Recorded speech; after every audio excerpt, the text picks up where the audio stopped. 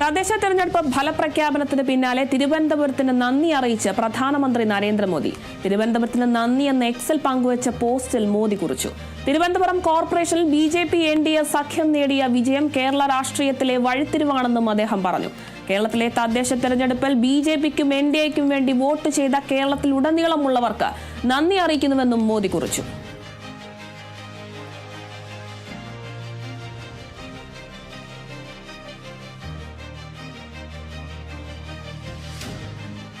പ്രധാനമന്ത്രി നരേന്ദ്രമോദി നന്ദി അറിയിച്ചിരിക്കുകയാണ്. തദ്ദേശ തിരഞ്ഞെടുപ്പ് ഫലപ്രഖ്യാപനത്തിന് പിന്നാലെ തിരുവനന്തപുരത്തിന് നന്ദി അറിയിച്ചിരിക്കുകയാണ് പ്രധാനമന്ത്രി നരേന്ദ്രമോദി. തിരുവനന്തപുരത്തിന് നന്ദി എന്നാണ് അദ്ദേഹം എക്സിലൂടെ പങ്കുവച്ച പോസ്റ്റിൽ കുറിച്ചിരിക്കുന്നത്.